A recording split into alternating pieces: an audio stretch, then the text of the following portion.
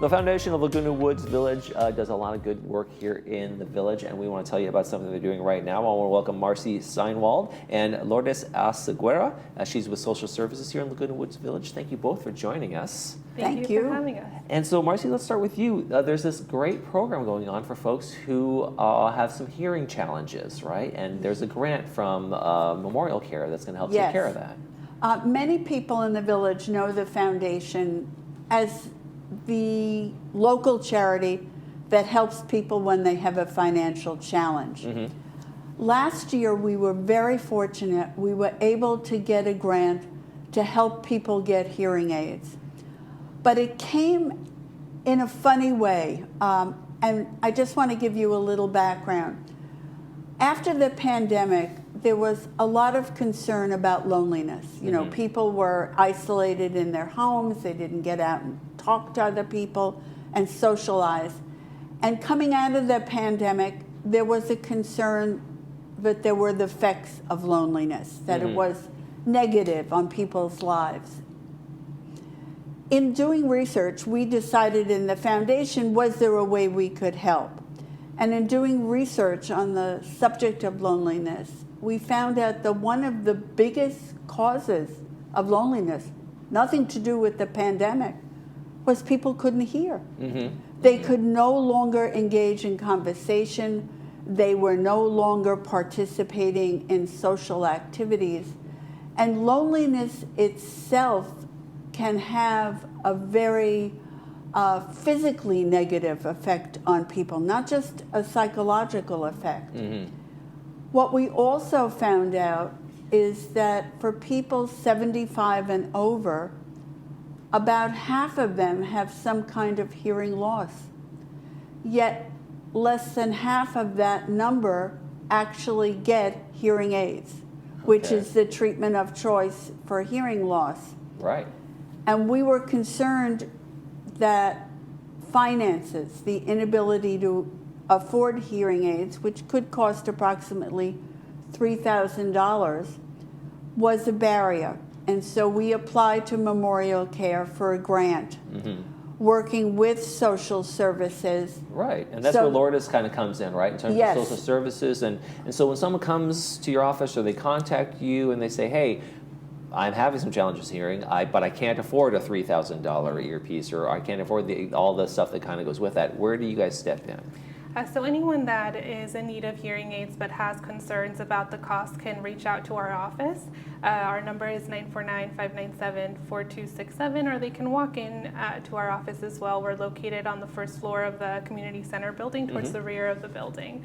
So that process would involve meeting with a social worker, completing an assessment to determine eligibility, and then verify insurance coverage. And then a request would then be submitted to the Foundation of Laguna Woods. And that's all done anonymously. The foundation does not know who the recipient is. You know, sometimes, I mean, I know it's silly, but sometimes people have a feeling of a stigma around maybe hearing loss or any other kind of medical issue, and they just don't want to talk about that. So the privacy is there, and that's in there for folks who feel that way. But, you know, it's kind of common, right? We will get a request from Lourdes' office. All it has on it is a case number. Okay. No name, no address. And I've been doing this for 11 years. I have no idea who gets our help. But there is one thing I want to add about untreated hearing loss, which people should think about if they're the least bit embarrassed about. Sometimes people don't get a hearing aid because they don't like to wear it. They should get over that issue, because hearing loss increases the risk of dementia many times over. And so it is a key preventive measure. And the resource here in the village is just a wonderful thing, that you can get assistance. You don't have to go to an outside agency. You can come right here. Okay. Now, if somebody comes into the office, I'm having some trouble hearing, is there any examination that needs to be done? Do we confirm the hearing loss in any kind of way, or how does that happen? Yes, so we do encourage anybody who has hearing loss or has concerns about hearing loss to schedule a hearing screening, and that can be done in a variety of different ways. We always encourage people to follow up with their health insurance to see if the hearing screening is covered through insurance. There's a few other entities that will also provide those hearing screenings, including AARP. AARP has a hearing test on their website.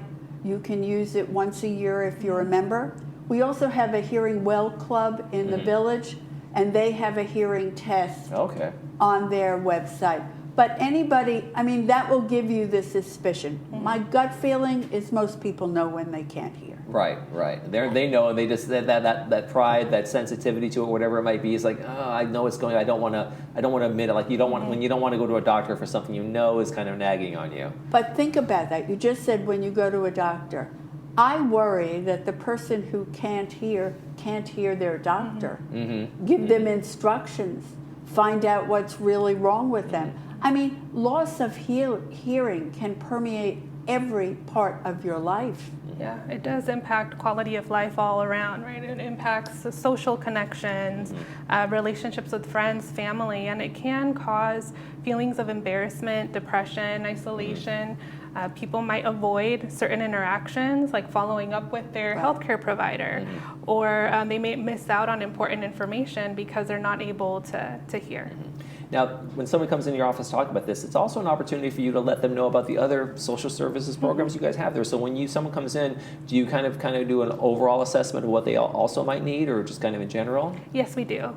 We do an overall assessment. So we look at different areas of well-being, how somebody is managing day-to-day activities, and explore not only other financial resources that they might qualify for and that we can help them apply to, but also other resources that might be helpful.